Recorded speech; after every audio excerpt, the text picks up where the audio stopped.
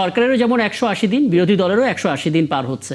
বিরোধী দল তাদের দিক থেকে কতটা সফল? কারণ অনেক অভিযোগের মধ্যে একটা অভিযোগ, আপনারা আসলে সংবিধান সংস্কার, গণভোট, জুলাই সনদ এগুলোর বাইরে তেমন কিছু করতে পারেননি। আপনারা কেবল এগুলোর মধ্যেই ঘুরপাক খেয়েছেন, মাঝে মাঝে জ্বালানি ইস্যু নিয়ে হয়তো দু একটা কথা বলেছিলেন। জি, ধন্যবাদ আপনাকে। আসলে আমি প্রথম বলবো, আমি বলবো না যে আমরা 100% সফল। আমি এটা দাবি করবো না যে আমাদের কোনো ভুল ত্রুটি নেই। আমরা মানুষ, আমাদের ভুল ত্রুটি আছে। এবং আপনি জামাত এইবার যারা বিরোধী দলের সংসদ সদস্য আছেন তাদের দেখবেন যে আপনার হচ্ছে যে অধিকাংশ 7-8 জন ছাড়া বাকি সবাই হচ্ছেন নতুন। তো এই বাস্তবতা আছেন।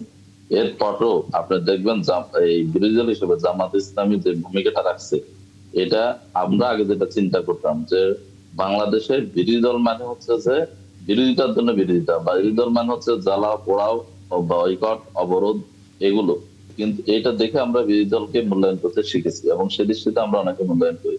কিন্তু বিরোধী দলের ভূমিকা তো সেটা না। বিরোধী দলের ভূমিকা কি? বিরোধী দল সংসদকে কার্যকর করবে।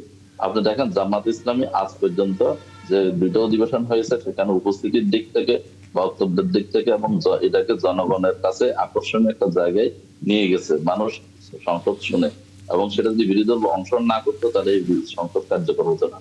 আপনি দেখবেন জামাত ইসলামী শুধুমাত্র বিরোধিতার জন্য বিরোধিতা না করে জামাত ইসলাম বিকল্প প্রস্তাব দিচ্ছে, যেটা স্পিকার স্বয়ং বলছেন যে আমি কখনো এর আগে 7ম সংসদে আমি 7ম সংসদ, আমি এর আগে কখনো দেখি না বিরোধী দলের সুনির্দিষ্ট প্রস্তাবনা দেয়। আপনি দেখবেন জামাত ইসলামী বিরোধী দল হিসেবে শুধুমাত্র সরকারের সমালোচনা করে না, সরকারকে ধন্যবাদও দেয়। সরকার যখন চীন সফর করে, বুঝতে পারছি, মানে আমরা মোটা থেকে এটা এভাবে ধরতে পারি যেভাবে আমরা বিরোধী দলকে দেখে আসছিলাম, জামাতে ইসলামী সহ 11 দল ঐক্যের পক্ষ থেকে বিরোধী দল হিসেবে যারা আছেন তারা আসলে একটু ব্যতিক্রমী এবং শক্তিশালী ভূমিকা রাখছে আপনি বলছেন, যদি আপনারা দাবি করছেন শতভাগ সফল নন। আমি আলাপটা এখানে থামাই, কারণ আমার হাতে আরেকটি গুরুত্বপূর্ণ খবর আছে যেটা আসলে এখনো কনফার্ম হয়নি, কিন্তু একটা ধারণা চলছে যে আগামী সপ্তাহে দিল্লি যেতে পারেন আমাদের প্রধানমন্ত্রী। দুই দেশে তেমন প্রস্তুতির কথা বলা হচ্ছে এবং একটা সম্ভাব্য দিন সেটাও ফিক্স করা হয়েছে 22 এবং 23 আগস্ট। এটা মূলত ঢাকা দিল্লির কূটনৈতিক এবং রাজনৈতিক সূত্রগুলো বলছে, কিন্তু প্রধানমন্ত্রীর কার্যালয় এবং পররাষ্ট্র মন্ত্রণালয় এখনো কনফার্ম করেননি। তবে ভারতীয় সংবাদ মাধ্যমগুলো আমরা ফলো করছিলাম, সেখানে তারেক রহমানের সম্ভাব্য সফর নিয়ে ধারাবাহিক প্রতিবেদন চলছে। দুই দেশের প্রধানমন্ত্রী কী ইস্যুতে বৈঠক করবেন, কোথায় করবেন, সেগুলো নিয়েও এক ধরনের নানা জল্পনা কল্পনা চলছে তাদের গণমাধ্যমে। এই যখন প্রেক্ষাপট, আমি একটু অধ্যাপক ডক্টর তৌফিকুল ইসলাম মিথিল আপনার একটা মতামত নিতে চাই, এবং আমি ইসলাম কাগজে আপনি তো আলাপে আছেনই। আমরা প্রধানমন্ত্রীর দিল্লি সফর নিয়ে নানামুখী তথ্য পাচ্ছি এবং যতদূর বোঝা যাচ্ছে হয়তো এই সফরটি হবে, কিন্তু এই সফরটি হওয়ার ঠিক দুদিন আগে আমরা বিরোধী দলের চিফ হুইপ নাহিদ ইসলামের একটা বক্তব্য শুনছিলাম। তিনি বলছিলেন শেখ হাসিনা ইস্যুতে সলিউশন না হলে, প্রত্যার্পণ ইস্যুতে সমাধান না হলে প্রধানমন্ত্রী যেতে পারবেন না দিল্লিতে। মানে বিরোধী দলের অবস্থান এটা, এবং প্রধানমন্ত্রী যেতে পারেন এরকম ধারণাও চলছে। কোনো সংকট আপনি দেখেন কিনা দেশ কিংবা দেশের বাইরে, বৈশ্বিক বা আন্তর্জাতিক? জি, ধন্যবাদ, এবং ধন্যবাদ সুন্দর একটি বিষয় নিয়ে, সময় উপযোগী একটি বিষয় নিয়ে আলোচনার জন্য। আমি এটাতে কোনো সংকট দেখছি না। সংকট সমাধানের জন্যই আলোচনার প্রয়োজন। আর এটা আমাদের ভুলে গেলে হবে না, ভারত আমাদের একটা প্রতিবেশী রাষ্ট্র। We are surrounded by India. ভারত আমাদের জন্য, যেমন ভারত সুসম্পর্ক, ভারতের সাথে আমাদের সুসম্পর্ক প্রয়োজন, পাশাপাশি ভারতেরও আমাদের সাথে সুসম্পর্ক প্রয়োজন, এবং সেটাকে পর্যালোচনা করে সেটাকে বিবেচনা করেই কিন্তু আপনি দেখেন ভারতের এখানে যিনি হাই কমিশনার আছেন ইতিমধ্যেই কিন্তু আমন্ত্রণ পৌঁছিয়েছেন ভারতে ভিজিট করার জন্য, এবং এটা আমরা পজিটিভ জেস্চার হিসেবেই দেখছি। আপনি দেখেন দুদেশের মধ্যে, প্রতিবেশীর মধ্যে এবং বহির্বিশ্বের সাথে সমস্যা হতে পারে, এবং সমস্যাটা সমাধানের পথ কি? সমাধানের পথ হচ্ছে আলোচনা। এবং এইটা আপনি দেখেন যে আগে বাংলাদেশে যেমন একমুখী একটা পররাষ্ট্রনীতি ছিল এবং একমুখী একটা ডিপেন্ডেন্সি পররাষ্ট্রনীতি ছিল। আপনি দেখেন জনাব তারেক রহমান দায়িত্ব গ্রহণের পর আমরা যে বিভিন্নমুখী পররাষ্ট্রনীতি, আমরা কোন রাষ্ট্রের সাথে সম্পর্ক খারাপ করে অন্য রাষ্ট্রের সাথে সম্পর্ক করতে চায় না। এটা কিন্তু ইতিমধ্যে 6 মাসে আমরা ঠিক আছে, আমাদের কাছে আমাদের যে পররাষ্ট্রনীতি এখন আমরা যে অবস্থানে আছি তাতে আমরা এই অবস্থানে থাকবো যে আমাদের বাংলাদেশ ফার্স্ট, এবং সবচেয়ে বড় কথা আমরা কোনো ক্লায়েন্ট স্টেট হতে চাই না। আমাদের লাউড অ্যান্ড ক্লিয়ার সেটা লেখা আছে, কিন্তু আমাদের অবস্থানটা তো পরিষ্কার করতে হবে। আমরা নেগোসিয়েশন করব, ভারতের সঙ্গে আলোচনা হবে, চুক্তি হবে, নানা কিছু হবে, কিন্তু সেইটা একটা বর্ডার লাইন দিয়ে দিলেন বিরোধী দলের পক্ষ থেকে যে আগে শেখ হাসিনার প্রত্যার্পণ ইস্যুটার সমাধান হবে, তারপর প্রধানমন্ত্রী ভারত সফরে যাবেন। এটা ঠিক হচ্ছে কিনা? এটা করতে হলেও তো আলোচনার প্রয়োজন, আলোচনার প্রয়োজন না, এবং সেটা তো কন্ডিশনাল হতে পারে না। স্বাভাবিকভাবে আমরা যখন কিছুদিন আগে দেখেছি শেখ হাসিনা প্রেস কনফারেন্স করেছে, এটা বাংলাদেশ থেকে কিন্তু জোর আপত্তি জানিয়েছে, এবং এটার প্রেক্ষিতে কিন্তু ভারতও এটার একটা ব্যাখ্যা দিয়েছে। তা আমার কাছে মনে হয় যে কোনো সমস্যা হতে পারে দুদেশের মধ্যে, কারণ আমাদের তো দেখেন সেই সিন্স ইন্ডিপেন্ডেন্স তারও আগে থেকে আপনি যদি দেখেন ঐতিহাসিক সম্পর্ক, এবং দুদেশের জন্য এই সম্পর্কটা গুরুত্বপূর্ণ, সেজন্য আলোচনার প্রয়োজন। কাজে ভিজিট করার আগে, আলোচনার আগে প্রি কন্ডিশন নিয়ে কিন্তু কোনো আলোচনা হয় না। আমার কাছে মনে হয় আগে বরফ আইস মেল্টিং। আচ্ছা, এখানে একটু পরিষ্কার হয়ে আসি। অ্যাডভোকেট মাহমুদুল হক, নাহিদ ইসলাম যে কথাটা বলেছেন, এটা কি ব্যক্তি নাহিদ ইসলামের কথা নাকি এটা 11 দলীয় ঐক্যের কথা? ধন্যবাদ।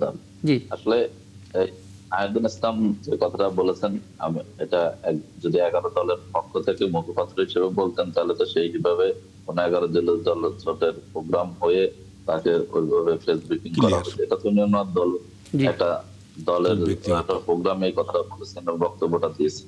এখন যেহেতু তিনি বক্তব্য দিয়েছেন, বিরোধী দলের চিফ হুইপ, আমি এই কথা বলবো না যে এটা বিরোধী দলের বক্তব্য না, বা হচ্ছে যে এটা একেবারে ওনার ব্যক্তিগত বিষয়, কিন্তু এখানে কয়েকটা বিষয় আছে। বিষয়টা হচ্ছে যে অবশ্যই আলোচনা দরকার, কিন্তু আলোচনার পাশাপাশি তো আপনাকে সেই সদ ইচ্ছাটাকেও দেখানো দরকার। আমাদের একটা নেইবারিং স্টেট হিসেবে বা কান্ট্রি হিসেবে ভারতের যে সদিচ্ছা, সেটা তো আমরা দেখতে পাচ্ছি না।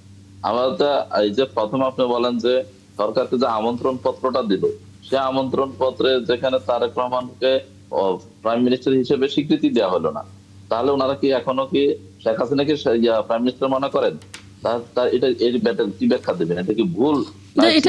এটা কে বলেছে স্বীকৃতি দেওয়া হলো না? তারা তো এই দেশে এসে স্বীকৃতি দিয়ে গেছে।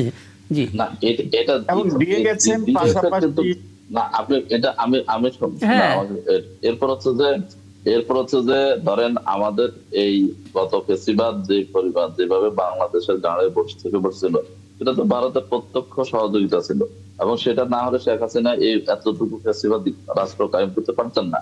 কিন্তু শেখ হাসিনা পলাতক হিসেবে ইন্ডিয়াতে যাওয়ার পরে এই যে ইস্যুগুলো বলছেন, এই ইস্যুগুলো সলভ করার জন্যই তো প্রধানমন্ত্রী ভারত সফরটা তো জরুরি, কিন্তু মুশকিল হচ্ছে যেখানে মানে সফরটা এই যে মাহফুজুল হক একটু কথা বলি, এই যে সফরটা হচ্ছে, এই সফরটা কার উদ্যোগে হচ্ছে? না, এইখানে আপনার যে সম্মেলন, সম্মেলন না সম্মেলন না, কথাটা কিন্তু সফর, সম্মেলন কিন্তু পরবর্তীতে। না, সম্মেলন আসতেছে কি উদ্দেশ্যে? মানে হচ্ছে যে ওই ব্রিক্সের যে সম্মেলন, সেটা হচ্ছে যে সেই সম্মেলন উপলক্ষে তো তার সফরটা এখন হচ্ছে, কিন্তু আগে তো এটা মনে হয় এটা একেবারে সম্পূর্ণরূপে দ্বিপাক্ষিক একটা বিষয় নিয়ে এই সফরটা হচ্ছে। না, এটা আগে কথা ছিল, কিন্তু সেটা কিন্তু তখন হয় নাই, এবং সেটা আমি একটু ব্যারিস্টার আবু সাইদের একটা ছোট্ট মতামত দিতে চাই। আমি আসবো নিশ্চয়ই, আমার কাছে আসবো। অ্যাডভোকেট মাহফুজুল হক, আপনার কাছে আসবো। অনেকগুলো পয়েন্ট আপনি বলেছেন। ব্যারিস্টার আবু সাইদ, মানে একটা হলে আরেকটা হবে, একটা করে আরেকটা করতে, শেখ হাসিনার প্রত্যার্পণ ইস্যুটার সমাধান করতে হবে, তারপর প্রধানমন্ত্রী সফরে যাবেন। আমি ধরলাম এটা নাহিদ ইসলামের ব্যক্তিগত মতামত, কিন্তু দিন শেষে তার আরেকটা পরিচয়, তিনি বিরোধী দলীয় চিফ হুইপ, কাজে তার বক্তব্য বিরোধী দলের বক্তব্য হতে পারে, এরকমটা অনেকেই তো ফিল করবেন, মনে করবেন। আপনি আসলে কি দেখছেন? মানে প্রধানমন্ত্রী সফরের মধ্যে দিয়েও তো আসলে প্রত্যার্পণের ব্যাপারটা সলভ হয়ে যেতে পারে। জি, সফরের যে বিষয়টি, সেটা আসলে এটার ডাইমেনশনটা দু ধরনের। একটা হচ্ছে যে দ্বিপাক্ষিক ভিত্তিতে সফর, অর্থাৎ ভারতে সফর করবার জন্য তাকে যে জয়সওয়াল আমন্ত্রণ জানিয়েছেন ভারতের প্রতিনিধি হয়ে, এটি একটি বিষয়। আরেকটি হচ্ছে ব্রিক্সে আপনার আউটরিচ মিটিং এ অংশগ্রহণ করবার জন্য। এখন ব্রিক্সে অংশগ্রহণ করবে কিনা বাংলাদেশ, সেটা বাংলাদেশ তার স্বার্থের বিষয়টা চিন্তা ভাবনা করে সিদ্ধান্ত নেবে। এটা নিয়ে আমি অনেক আলোচনা করতে পারি, কিন্তু আমার বিশ্বাস যে আপনি হয়তো আমাকে সেই সময়টা অ্যালাউ করবেন না। ব্রিক্সে আউটরিচ মিটিং এ অংশগ্রহণ করবার প্রয়োজনীয়তা ব্যক্তিগতভাবে আমার কাছে মনে হয় না আছে বলে। তবে দ্বিপাক্ষিকভাবে ভারতের সাথে যে সফরের যে বিষয়টা, বাংলাদেশের যারাই প্রতিবেশী আছে প্রত্যেকের সাথেই তো বাংলাদেশ একটা সুসম্পর্ক গড়ে তুলতে চায়, এই ভিত্তিতে যে সবার আগে বাংলাদেশ, অর্থাৎ বাংলাদেশের স্বার্থটাকে প্রতিষ্ঠিত করবার জন্য, স্বার্থটা আদায় করবার জন্য কিন্তু দ্বিপাক্ষিক সম্পর্কটা সুসংহত হওয়া প্রয়োজন। এবং একটা নতুন সরকার এলে, বিশেষ করে একটা রেজিমের পর যেখানে দীর্ঘদিন গণতন্ত্র ছিল না, ফ্যাসিবাদ ছিল এবং আধিপত্যবাদের দাসত্ব করেছিল একটা সরকার, তারপরে যখন একটা বিএনপির গণতান্ত্রিক সরকার প্রতিষ্ঠিত হলো, তাহলে সঙ্গত কারণে প্রতিবেশীদেরও একটা প্রত্যাশা থাকতে পারে যে বিএনপির যিনি সরকার প্রধানমন্ত্রী, বিএনপি চেয়ারম্যান, তিনি প্রতিবেশী দেশগুলো সফর করবেন, সেটার মধ্যে ভারতও পড়ে। তাহলে সেই ক্ষেত্রে দ্বিপাক্ষিকভাবে ভারত সফর করবার ক্ষেত্রে কোনো ধরনের কোনো কন্ডিশন থাকতে পারে, এটা আমি ব্যক্তিগতভাবে মনে করি না। শেখ হাসিনার বিষয়টা তো কেবল শুধুমাত্র বাংলাদেশ এবং ভারতেরও বিষয় না, এটার সাথে আন্তর্জাতিক আইনেরও কিছু ইমপ্লিকেশন এবং ইমপ্লিমেন্টেশনের বিষয় আছে। তো ভারতের থেকে শেখ হাসিনা যে আচরণগুলো করছে, যে কর্মকাণ্ডগুলো করছে, সে বিষয়ে বাংলাদেশ তো আপত্তি জানিয়ে আসছে। তো এই জায়গাটাতে যদি ভারত এবং বাংলাদেশের ভেতরে একটা ঐকমত্য প্রতিষ্ঠিত হয়, সফরের মাধ্যমেই হোক, দুদেশের যোগাযোগের মাধ্যমেই হোক, তাহলে পরে আমি মনে করি যে দুদেশের জন্য প্রফেসর ইসলাম যেটি বলেছেন, এটা শুধুমাত্র বাংলাদেশের প্রয়োজনেই যে তা নয়, ভারতের প্রয়োজনেও কিন্তু ভারতকে বাংলাদেশের সাথে সুসম্পর্ক রাখতে হবে। বাংলাদেশের অবস্থানটা গণতান্ত্রিক সরকার প্রতিষ্ঠিত হবার পর কোন জায়গাটায় গেছে, সেটা কিন্তু ভারত অনুধাবন করতে পারছে। একদম আপনার বক্তব্য একেবারে স্পষ্ট। ব্যারিস্টার আবু সাহেব এবং অ্যাডভোকেট মোহাম্মদ শাহ মাহফুজুল হক, অনেক ধন্যবাদ। একটা দীর্ঘ সময় আপনারা ছিলেন এবং নিশ্চয়ই সামনে কোনো আয়োজনে আবার আপনাদেরকে পাবো এবং আরো মতামত শুনতে পারবো।